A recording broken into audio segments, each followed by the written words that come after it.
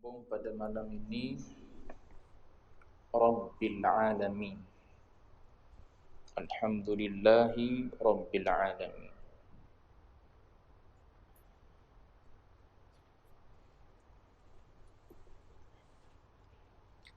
Kalimah Rabb, daripada kalimah Rabb inilah ulama zaman kita hari ini namakan tauhid rububiyah. Daripada kalimah ilah, lillah, ilah, daripada ilah ada tauhid, nama dia tauhid uluhiyah. So tauhid uluhiyah dan tauhid rububiyah itu pembahagian tauhid ulama moden. Adapun yang ditinggalkan oleh al-Imam al-Asy'ari dan al-Imam al-Maturidi sebagaimana yang kita warisi daripada ulama silam, iaitu melalui sifat 20. Cuma kalimah Rabb ini bermaksud Khaliq ataupun Malik, Tuhan yang mencipta, Tuhan yang memiliki,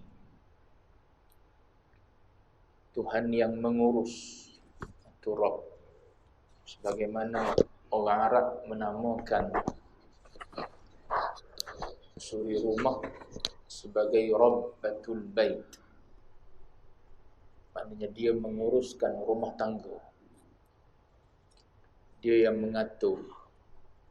Dalam rumah tangga tu dia lah atur. Nak letak kat mana, nak letak kat mana, kursi, sofa, meja makan, semua dia atur. Dia yang urus anak-anak dia. Begitulah Rabb ini, Allah Ta'ala yang atur alam ini. Perjalanan hamba-hamba dia. Selain daripada Allah Ta'ala, hamba lah, makhluk. So Rabb, Tuhan yang bersifat dengan rububiyah inilah yang mencipta, yang mengatur, yang mengurus. Sebab tu dinisbahkan ataupun disandarkan, diidhafatkan kepada Al-Alamin. Segala puji sebut dah hari itu, maknanya 4 jenis puji itu tertentu hanya milik Allah Subhanahu wa Ta'ala. Sama ada 2 puji yang hadis, 2 puji yang datangnya daripada makhluk kepada Allah ataupun kepada sesama makhluk, ataupun 2 puji yang qadim daripada Allah kepada dirinya sendiri ataupun daripada Allah kepada makhluk. Lillah, semuanya itu tertentu milik Allah Ta'ala. Siapa Allah? Rabbil Alamin. Dialah yang mengatur, yang mengurus, yang menyusun, yang mentadbir. Al-Alamin, segala alam. Ini kalimah jamak. Daripada alam, alam tu pun jamak dah. Kita sebut alam tu kita tahu dah dia adalah jamak. Alamin ni jamak lagi. Maka ada ulama mengatakan alamin ni disebabkan oleh dia datang dalam rupa bentuk jamak muzakkar salim. Yang orang mengaji bahasa Arab, jamak bentuk macam ni dia panggil jamak muzakkar salim. Jadi bila sebut jamak muzakkar salim, dia adalah lil aqil, kata Syekh Syarawi. Bila jamak lil aqil ni, jamak bagi yang berakal. So maksud al-alamin sini adalah 3 alam, iaitu alam manusia, alam jin dan juga alam malaikat. Sebab 3 makhluk ni berakal. Tak masuklah alam tumbuhan, alam haiwan dan alam-alam yang lain lagi. Alam atas, alam bawah, alam ulwi, alam sufli. Banyak lagi lah kalau kita naik ke atas sana. Kita turun ke bawah sana banyak lagi alam. Cuma kata Syekh Sya'rawi, bila digunakan jamak mudzakkar salim, maka dia menunjukkan bahawa alam yang dimaksudkan di sini adalah alam makhluk yang berakal. So makhluk yang berakal 3. Alam manusia, alam jin dan juga alam malaikat. Itu pun besar dah. 3 alam tu. Ada juga ulama mengatakan bukan setakat 3 alam tu, bahkan alam-alam yang lain lagi termasuk juga dalam al-alamin. Itu perselisihan di kalangan ulama lah. Baik. Alhamdulillahi Rabbil Alamin. Segala puji hanya tertentu, hanya khusus untuk Allah Ta'ala. Dialah yang memiliki, mentadbir, mengurus segala alam. Selain daripada Allah, alam. Keluarkan Allah Ta'ala aja. Maka selain daripada Allah Ta'ala tu adalah makhluk yang termasuk dalam alam. So dia yang mengurus. Dia satu-satunya yang mudabbir, yang mengurus. Tiada yang lain. La thaniyalah, tiada yang kedua bagi yang mengurus seluruh alam tersebut. Kemudian selepas daripada alhamdulillah, selepas daripada puji Allah Subhanahu wa taala, dia kalau kita baca sebahagian daripada kitab ataupun sebahagian daripada muqaddimah penulisan kitab para ulama, dalam muqaddimah ni kita dah boleh tahu dah apa yang dia akan cerita dalam kitab dia. Begitu juga dalam khutbah, dalam ucapan para ulama ni, bijaknya dalam berbahasa mereka. Di awal muqaddimah ni kita dah boleh tahu apa dia nak cerita kepada kita.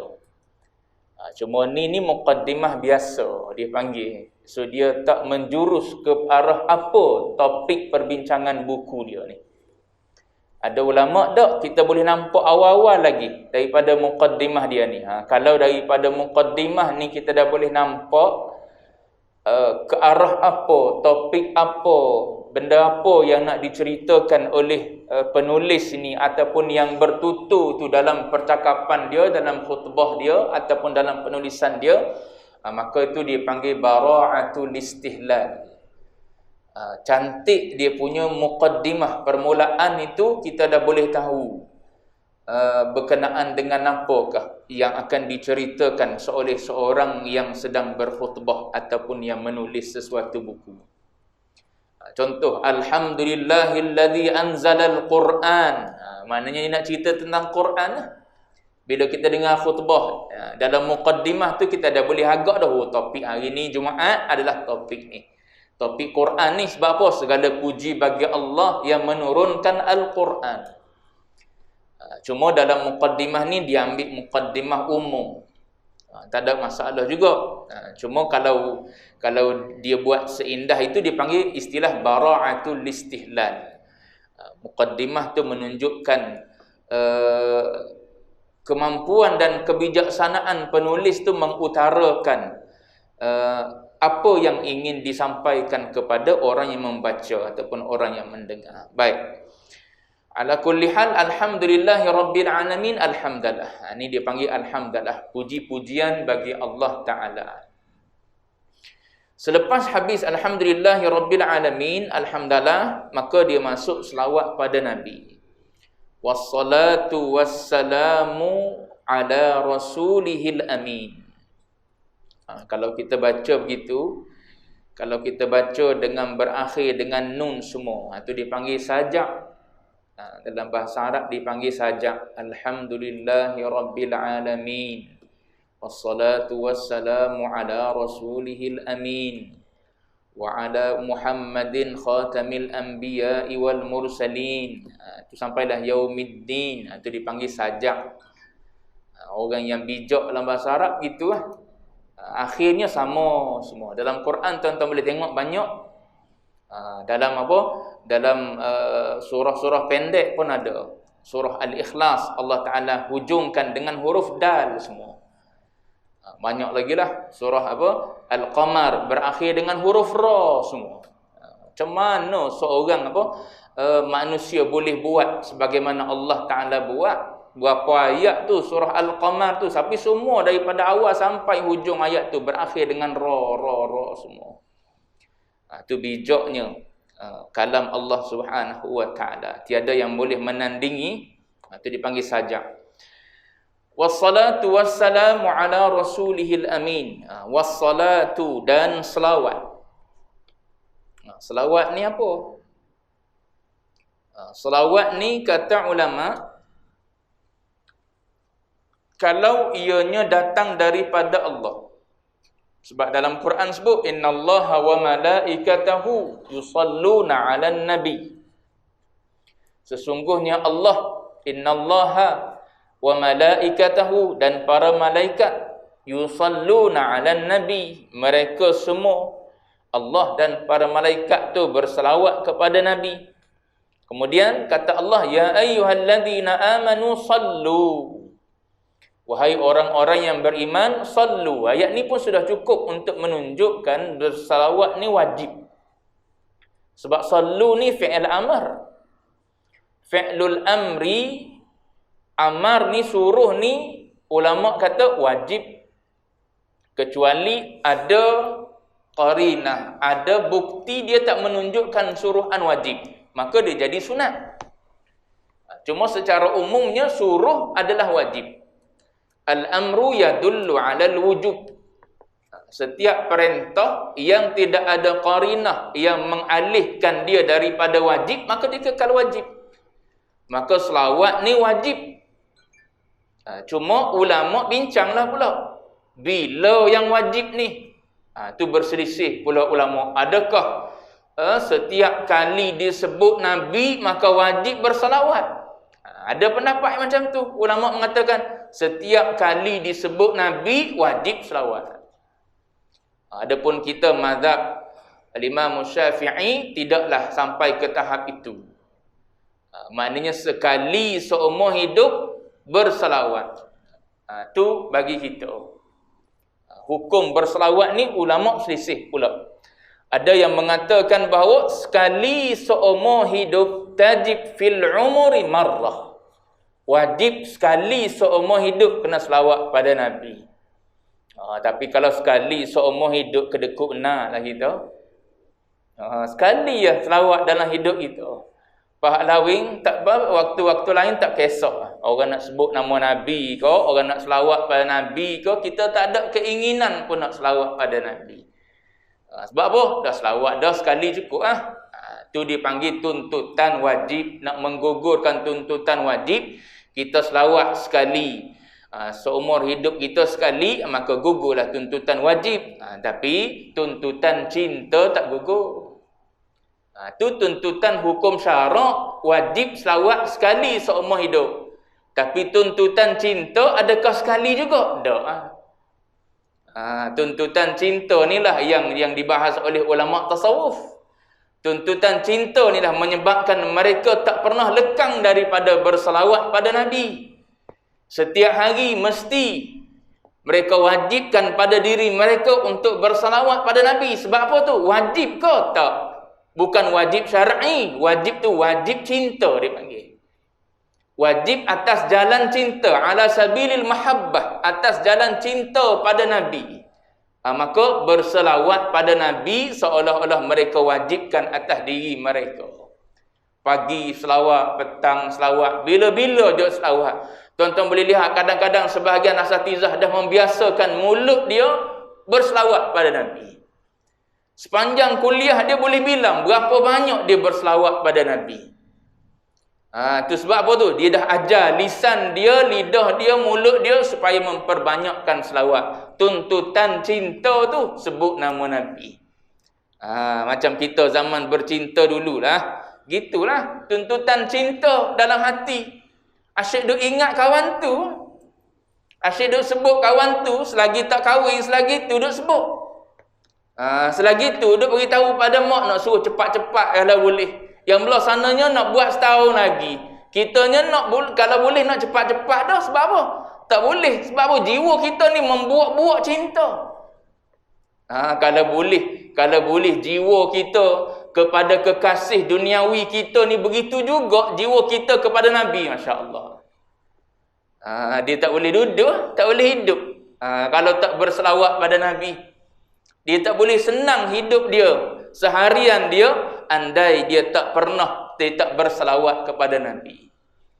Jadi ada ulama yang mengatakan wajib selawat ni fil umuri marratan. Wajib berselawat pada Nabi ni sekali seumur hidup. Ada ulama mengatakan bahawa wajib ni kullah waqtin. Wajib setiap waktu. Dzukira fihi Nabi. Wajib pada tiap-tiap masa yang disebut Nabi. Ada juga. Kalau kena yang ni jawab dia, maka pakak-pakak berdosa gitu. Sebaik Syafi'i, mazhab kita Syafi'i tak ambil pendapat ni. Tapi bagi orang yang menyintai gitu, bagi orang yang menyintai, maknanya jiwa dia mesti sentiasa puas hati. Ada orang sebut, dia sebut. Ada orang sebut, dia sebut. Tak ada orang sebut, dia sebut. Sebab apa? Tuntutan cinta. Saya sebutkan tadi. Setiap waktu yang disebutkan padanya Nabi, maka dia akan berselawat kepada Nabi. Ada juga ulama yang mengatakan bahawa dalam setiap majlis wajib. Maknanya wajib pada setiap majlis sekali. Walaupun disebut dalam majlis tersebut miraran, disebut Nabi ni banyak kali dalam majlis tu. Sebab apa? Cerita tentang Maulidur Rasul. Mestilah banyak kali sebut nama Nabi ataupun Rasul. Tapi wajib sekali. Ada juga ulama kata gitu. Walaupun banyak kali disebut, sekali. Ada juga ulama mengatakan wajib pada awal setiap doa dan pada akhir setiap doa. Itu sebagaimana yang kita doa amal. Ni qaul ulama ni semua. Yang kita duk mula dengan alhamdulillahi rabbil alamin wassalatu wassalamu ala asyrafil anbiya. Kau apa kau tak kira lah. Yang pentingnya mula dengan alhamdulillah, lepas tu iring dengan selawat. Tu di antara pendapat ulama sebut gitu. Wajib selawat tu awal doa, akhir doa. Tujuan dia apa? Tujuan dia macam kata Syekh Ibrahim Abdul Ba'id, dia sebut apa? Dia kata orang-orang yang menyebut Nabi di dalam doa dia, maka Allah Ta'ala tak akan tolaklah doa. Sebab apa? Sebab Nabi ni boleh jadi asbab qabul doa.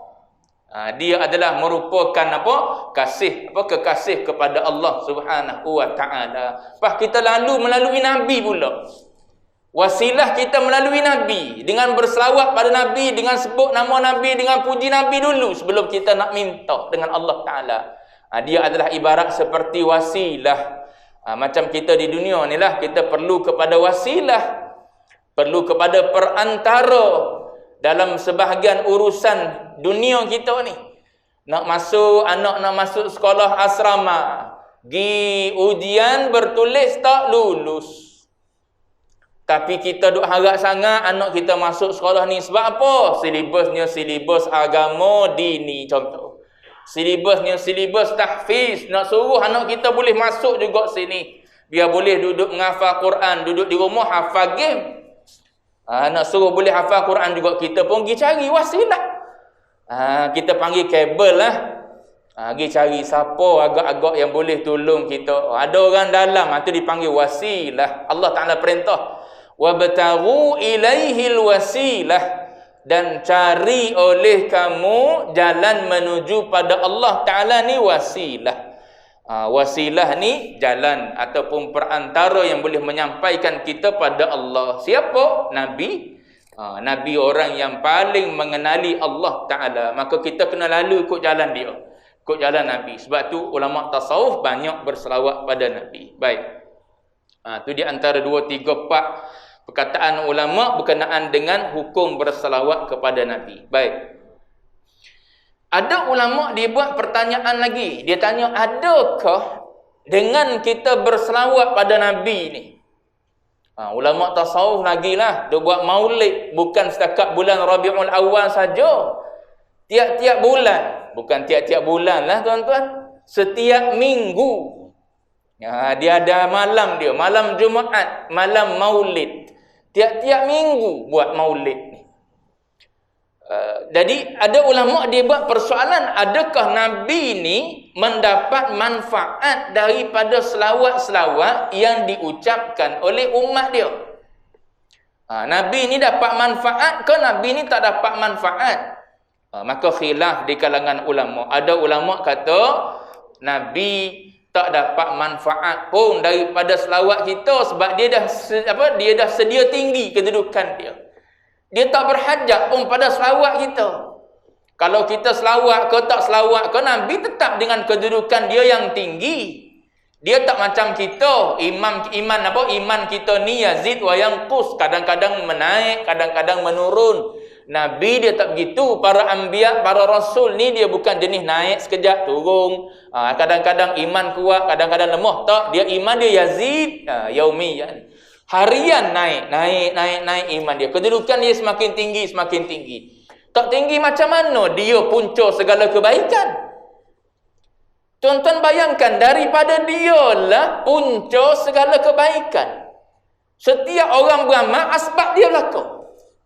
Daripada mula dia diutus sehingga ke hari ini, setiap benda baik yang kita amal, sama ada benda tu berbentuk amalan syariat, puasa, solat, zakat atau haji, ataupun kita berakhlak baik, kita bersabar, kita ikhlas, kita tawaduk, semua mari daripada dia belaka.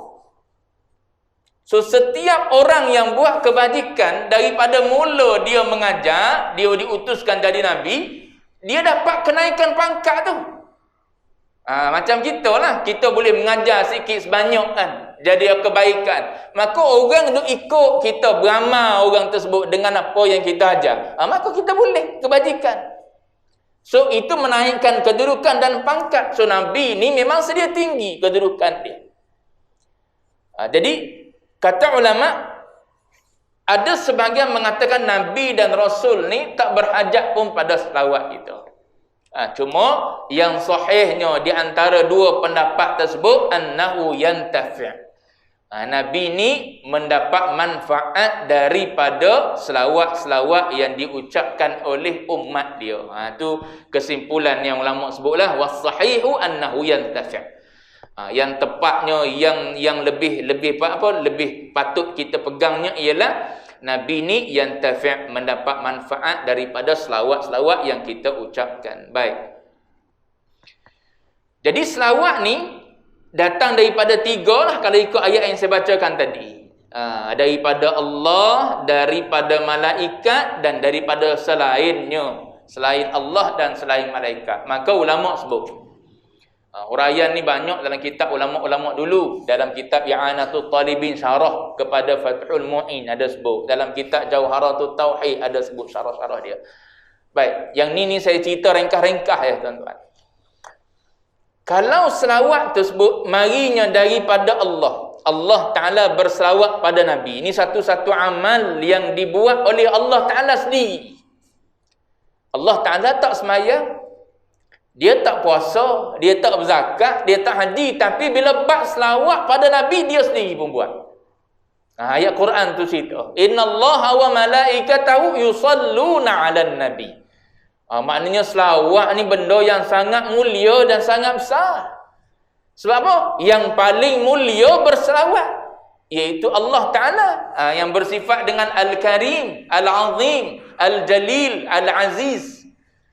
Jadi Allah Ta'ala bila dia berselawat kepada baginda Nabi, maka kata ulama itu adalah merupakan lambang kasih sayang Allah Ta'ala yang penuh keagungan dan kebesaran kepada Nabi. Itu dia panggil Ar-Rahmatul Maqrunah bit-ta'zim dipanggil. Rahmat yang disertakan dengan kebesaran dan keagungan terhadap baginda Nabi. Dia ibarat kata gini lah. Contoh nak tengok sehari dua ni kan.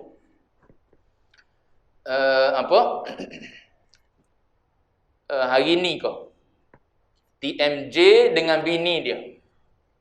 Gi melawat siapa? Bella. Bella bukan Isabella dak ni. Dulu zaman tuan-tuan muda-muda dulu ada lagu Isabella kan. Isabella anak Pak Dolah ke? Macam-macam lah orang dia buat lagu. Bella budak sindrom Down. Dulu tak ada pembelaan ataupun saat orang tak tahu boleh jadi betul dia didera. Dia dalam kes mahkamah tak tahu betul ke tidaknya lah. Cuma kita letak gitulah. Dalam saat tak ada siapa-siapa tahu, boleh jadi dia betul-betul didera.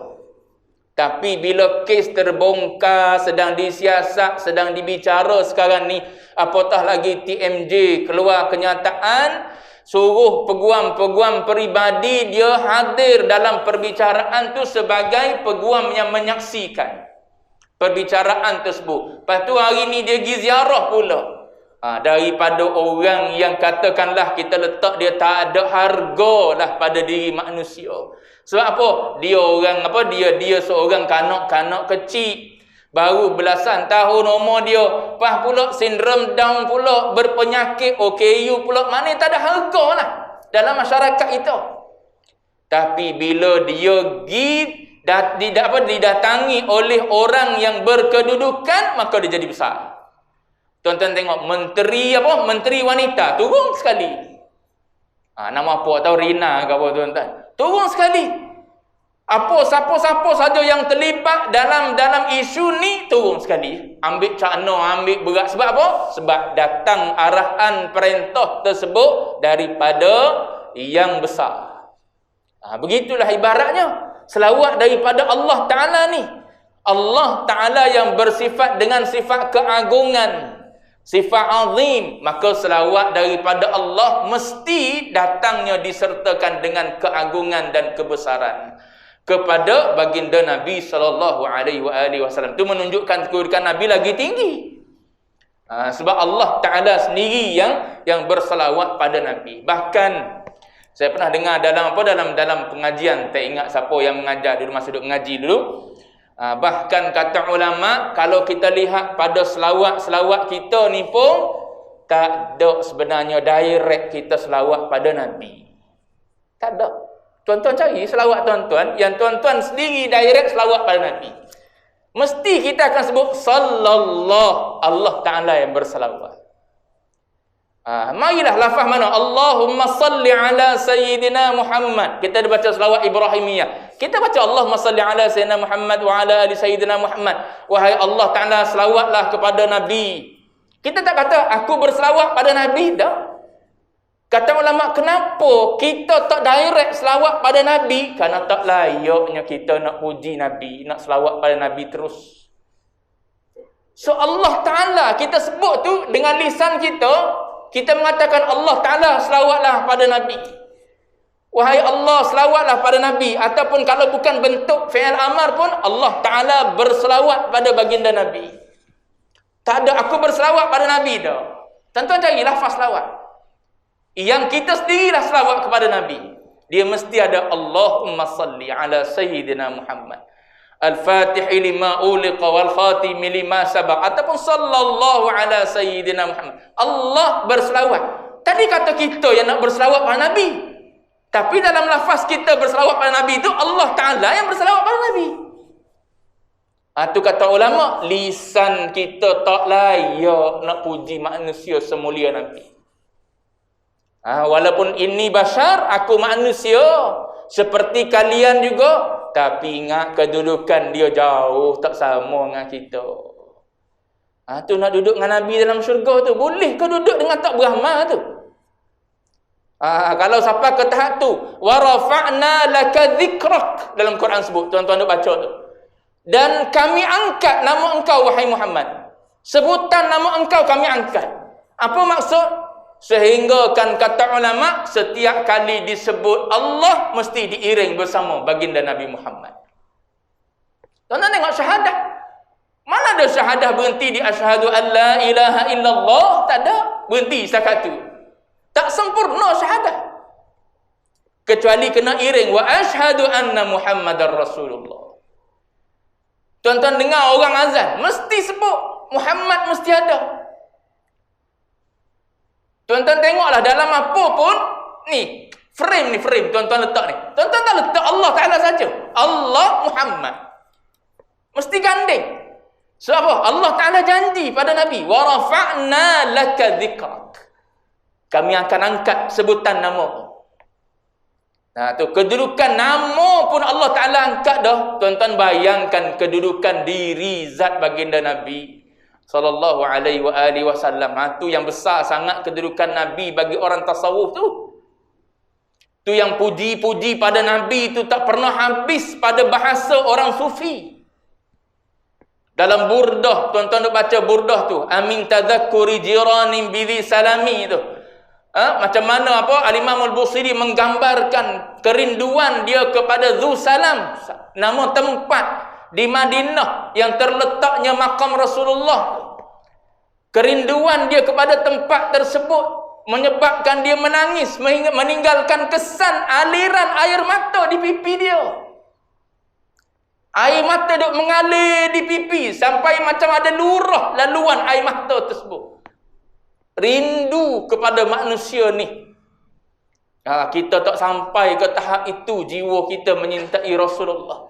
Tapi angan-angan tu, angan-angan nak duduk dengan Nabi dalam syurga, tak apalah, angan-angan kita bagus. Mana bukti angan-angan tu? Jangan jadi dakwa je. Kalau tak berserta dengan amal, dia jadi dakwa semata-mata. Mendakwa cinta padahal tak cinta. Mendakwa rindu, dakwa tak jadi. Orang tak nak dakwa-dakwa ni. Mendakwa diri kita sebagai murid kepada guru sekian-sekian. Guru tetap mengaku pun kita murid dia. Tu dakwa kita, buat malu je. Kalau tuan guru tu bagi tahu, bila mana dia jadi murid saya, tak pernah dia datang pun mengaji dengan saya, takkan malu kita. Sebab tu yang mengesahkan kita ni betulkah murid kepada seorang guru tu yang mengesahkan. Bukan kita yang kata, ni syekh saya, ni guru saya, ni tok guru saya, ni ulama saya, ni maulana saya. Itu dakwa kita. Kita pergi mengaji dengan dia pun tak pernah sekali je hadir. Ni tok guru saya dah kita. Tu dakwa dia tu, dakwa dak jadi, dakwa. Tu dakwa dakwi dia panggil. Kita mendakwa menyintai orang rumah kita, menyintai bini kita. Mana buktinya? Dia duk sengsara hidup dengan kita. 20 tahun hidup dengan kita, sengsara sepanjang 20 tahun tersebut. Iya, kau cinta? Cinta apa sengsara hidup? Tak sengsara kalau bercinta ni. Orang yang bercinta, dia akan memberi seluruh apa yang ada pada dia kepada yang dicintai. Seluruh hidup kita untuk Allah lah. Sebab apa kita cinta pada Allah? Seluruh hidup kita adalah cinta pada Rasul. Sebab apa? Cinta pada Rasul. Seluruh hidup kita ni adalah untuk baginda Nabi. Begitulah juga cinta pada manusia. Seorang yang bercinta takkan sengsara. Tapi kalau sengsara, kena marah, kena sepak, kena terajang. Tapi kalau tanya, cinta tak pada saya? Cinta. Cinta apa sekarang ni tuan-tuan? Yang apa? Yang Mak Embong ke apa? Tu. Yang Mak Embong, kalau tak salah ya, nama apa tahu cerita dia? Nusus cinta ke apa? Tuan-tuan tak nak bagi tahu. Tapi lebih kurang gitu tajuk dia, saya tak tengok pun. Cuma bila dia lalu apa sedutan-sedutan tu, tengok. Tu dia kata cinta tu, cinta.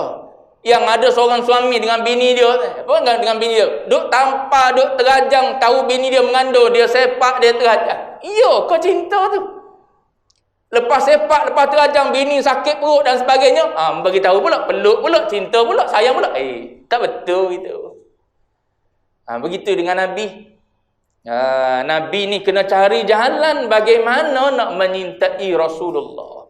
Sebagaimana yang saya pernah sebutlah, cinta pada Nabi ni adalah cinta kasbi. Cinta yang perlu kita usaha cari jalan. Macam mana nak suruh datangnya rasa cinta kepada Nabi ni dengan cinta yang mendalam. Sebab dia suku sakak kita. Dia bukan anak beranak kita. Kalau dia anak beranak kita, automatik dia mari. Walaupun jauh dengan kita bukan anak, tapi sepupu, dua pupu, ni waris saya ni. Ni keturunan mak ayah kita ni. Maknanya kita rasa lagi keturunan kita. Nabi ni tidak keturunan kita. Dia Arab, kita Melayu. Lepas tu pula kita tak pernah bertemu dengan dia, tak pernah tengok dia pula.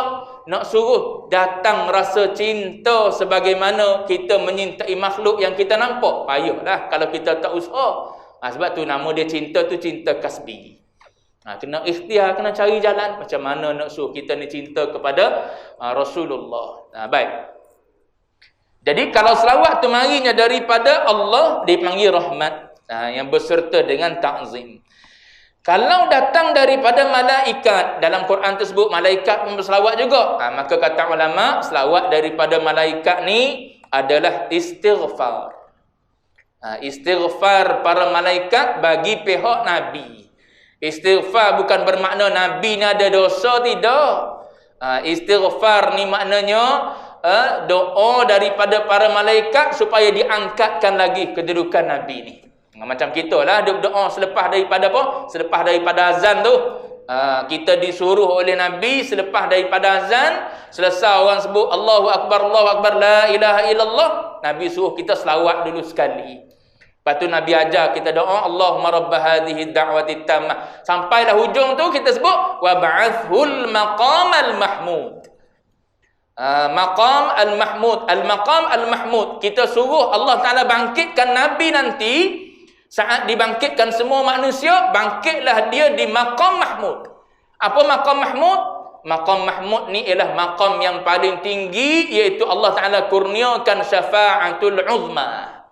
Syafaat yang paling besar hanya kepada Nabi kita, iaitu syafaat menyegerakan hisab, menyegerakan hitung. Saat Nabi-Nabi lain tak boleh buat apa, tak ada kuasa.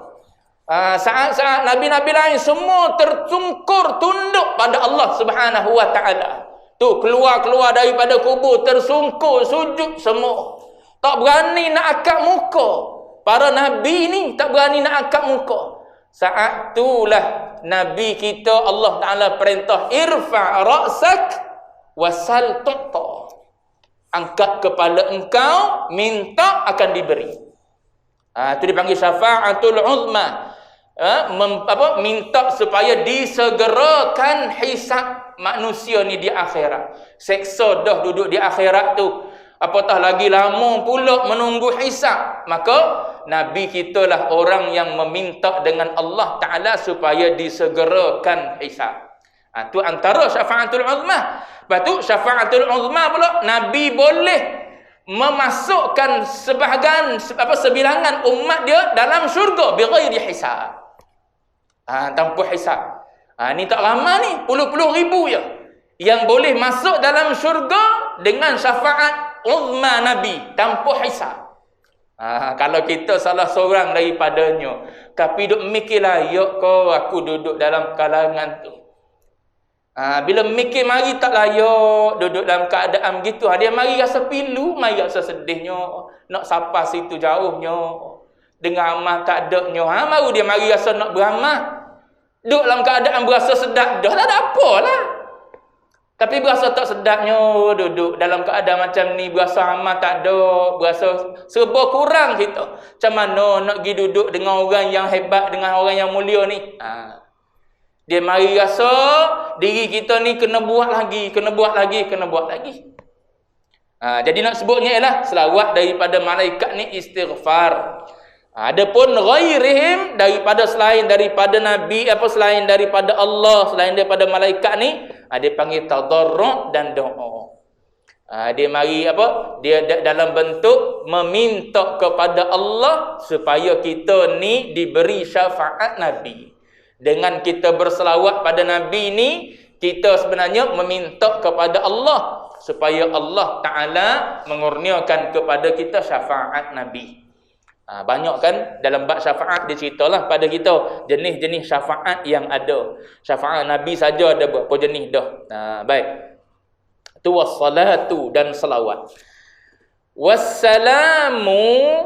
Wassalamu dan salam, kita panggil salam. Kita panggil dalam bahasa Melayu kita salam. Iaitu at-taslimu an kulli afatin wa naqsin. Salam-salam ni ialah selamat dan sejahteranya daripada segala kekurangan, daripada segala aib. Tu selawat dan salam kepada Nabi tu. Selawat, segala keagungan, kebesaran daripada Allah, ataupun istighfar daripada malaikat, ataupun doa daripada kita kepada Allah Subhanahu wa taala. Dan salam ni maknanya sejahtera Nabi ni daripada segala kekurangan. Tak ada kekurangan pada Nabi. Kekurangan nisbah pada manusia lah, bukan kekurangan sempurna Nabi tu nisbah dengan Allah Ta'ala, tidak, dengan manusia lah, sesama makhluk. Maka Nabi ni manusia makhluk yang tidak ada kekurangan. Baik, wassalatu wassalamu ala. Ada juga ulama kata salam ni tahiyyah. Tahiyyah ni maknanya penghormatan. Penghormatan yang sesuai bagi Nabi. Ala rasulihil amin, ke atas rasulnya. Rasul. Sini dia guna perkataan rasul. Istilah dalam dalam agama kita, ada nabi, ada rasul. Ada nabi, ada rasul. Baik. Nabi ni siapa? Nabi ni ulama definisikan nabi ni. Jangan duk keliru dengan nabi. Selagi ada orang mengaku jadi nabi, percaya jadi nabi. Nabi Kahar, percaya. Ramai pengikut Nabi Kahar dulu. Keluar kan, viral kan juga, moci-moci ikut ni Nabi Kahar. Kita orang dah ada nabi dia tu. Nabi kami dah jamin kami masuk syurga. Tu dia kena tipu ke Kahar. Nabi ni apa? Nabi ni ialah rajulun. Dia mestilah seorang lelaki. Dia mestilah zakarun, mestilah seorang manusia, mestilah seorang lelaki, mestilah seorang yang hur, orang yang merdeka. Dia mesti manusia, dia mesti lelaki, dia mesti hur, mesti mesti merdeka. Jangan ada yang hamba mengaku jadi nabi. Kemudian dia mestilah min bani Adam, daripada kalangan anak Adam. Dan salim min munafir, salimun an munafirin. Dia mesti sejahtera daripada segala perkara yang menyebabkan orang lari daripada dia. Dia tak boleh ada. Dia tak boleh ada asbab yang menyebabkan orang lari daripada dia. Sebab tu kisah Nabi Ayub alaihi salam yang duk cerita habis segala tubuh dia berulat, sehingga tinggal dua je hati dengan lidah. Tu ulama kata tu Israiliyat. Sebab apa? Tak kena dengan definisi ni. Salimun an munafirin dia. Dia Nabi ni dan Rasul ni mesti diri dia tu sejahtera, selamat daripada perkara yang menyebabkan orang lari daripada dia. Kita ni orang lari daripada kita sebab apa? Bau badan. Orang lari dah. Dia ni tak mandi kok. Kita mandi habis botol dah sabun, kita sabun. Macam mana jenis kita? Peluh kita tu payah hilang bau. Jadi orang tak selesa duduk dengan kita, orang lari. Tu dia tak panggil tak panggil selamat daripada munafirin. Nabi ni dah. Orang seronok duduk dengan dia. Bahkan orang makin mari nak duduk nak dengar dengan dia. Nak duduk dengan dia, nak bersama dengan dia setiap masa. Tu yang sahabat pergi cari tu, tengok cari Nabi tak boleh duduk. Pergi keluar daripada rumah. Nak ke mana ni? Aku nak pergi cari Nabi. Cari tu bukan nak pergi tanya apa pun, nak pergi tengok Tengok apa tu balik. Hilangkan rasa rindu. Dia perasaan tersebut. Dia datang untuk menceritakan jiwa orang yang menyintai Rasulullah ni. Dia nak duduk dengan Nabi setiap masa kalau boleh. Tapi sebab Nabi ni manusia, jadi ada waktu dia tak boleh duduk sekali dengan sahabat-sahabat dia. Sebab apa? Dia pun adalah suami, dia pun adalah ayah kepada anak-anak. Maka dia pun ada waktu duduk dalam rumah. Cuma dalam jiwa para sahabat kalau boleh nak duduk sama dengan Nabi tiap-tiap masa. 24 jam kalau boleh nak duduk dengan Nabi. Nak tengok apa benda Nabi buat 24 jam. Tapi sebab tak boleh, tu yang berbagai-bagai sahabat. Sahabat ni cerita di luar daripada rumah. Sahabat ni cerita dalam rumah tangga Nabi dan sebagainya. Cuma batang tubuh Nabi tu dia mesti gitu. Dia tak ada unsur-unsur yang menyebabkan orang lari daripada Nabi. Dia mesti salimun an munafirin. Baik, kemudian Nabi ni pula diwahyukan kepada dia. Terima wahyu daripada Allah Ta'ala. Dan dia beramal dengan wahyu tersebut. Dan dia tak diperintahkan untuk menyampaikan dengan perintah yang wajib. Itu Nabi. Itu nak beza Nabi dengan Rasul. Sekali orang tanya, Nabi ni apa? Rasul ni apa? Nabi ni diwahyukan kepada dia. Wa illam yu'mar bitablighi, walaupun dia ni tak diperintahkan untuk menyampaikannya dengan perintah yang wajib. Itu dengan perintah yang wajib. Dia tak diperintah dengan perintah yang wajib. Maknanya kalau dia tak menyampaikan pun tak apa, kalau dia menyampaikan pun tak apa. Itu Nabi. Tapi Rasul ni dia diwahyukan dan dia diperintahkan untuk menyampaikan dengan perintah yang wajib. Kok anak tanya, lepas tu Nabi dengan Rasul apa beza dia? Beza dia situ. Dua-dua tu diwahyukan oleh Allah Ta'ala. Cuma Nabi tak diperintah dengan perintah wajib. Diperintah menyampaikan, tapi bukan wajib atas dia menyampaikan. Adapun Rasul wajib menyampaikan. Sebab tu dia di antara sifat wajib bagi Rasul ialah tabligh. Mesti wajib menyampaikan, dan tak sempurna sifat seorang Nabi dan Rasul kalau ada dia menyembunyikan. Tak ada. Maknanya tak ada satu pun yang Allah Ta'ala perintah supaya Nabi dan Rasul ni menyampaikan, dia tak sampaikan. Dia akan menyampaikan. Cuma bezanya kalau dia Nabi saja. Ni Nabi saja. Nabi kan ramai 124,000 lebih kurang gitu. Tu Nabi saja. Ada Nabi yang bergelar Rasul. Nabi dan Rasul 25 yang wajib kita imani tu. Yang tu Nabi dan Rasul tu wajib dia menyampaikan. Sebab tu sifat wajib bagi mereka adalah tabligh, salah satu daripadanya. Baik. Kemudian nak berhenti dah. Tadi ala rasulihi, ke atas rasulnya, yakni baginda Nabi kita Muhammad lah, yang bersifat dengan sifat al-amin, yang bersifat dengan sifat amanah. Salah satu daripada sifat wajib bagi Nabi ialah amanah. Amanah atas apa ya Allah Subhanahu wa taala perintahkan pada dia. Berhenti di situ. Akan datang Muhammad khatamil anbiya'i wal mursalin. Akan datang wallahu a'lam wa ilmuhul atam. Sallallahu rabbuna ala nuril mubin Ahmad al-Mustafa Sayyidil mursalin wa ala alihi sahbihi ajma'in wa ala alihi wa sahbihi ajma'in.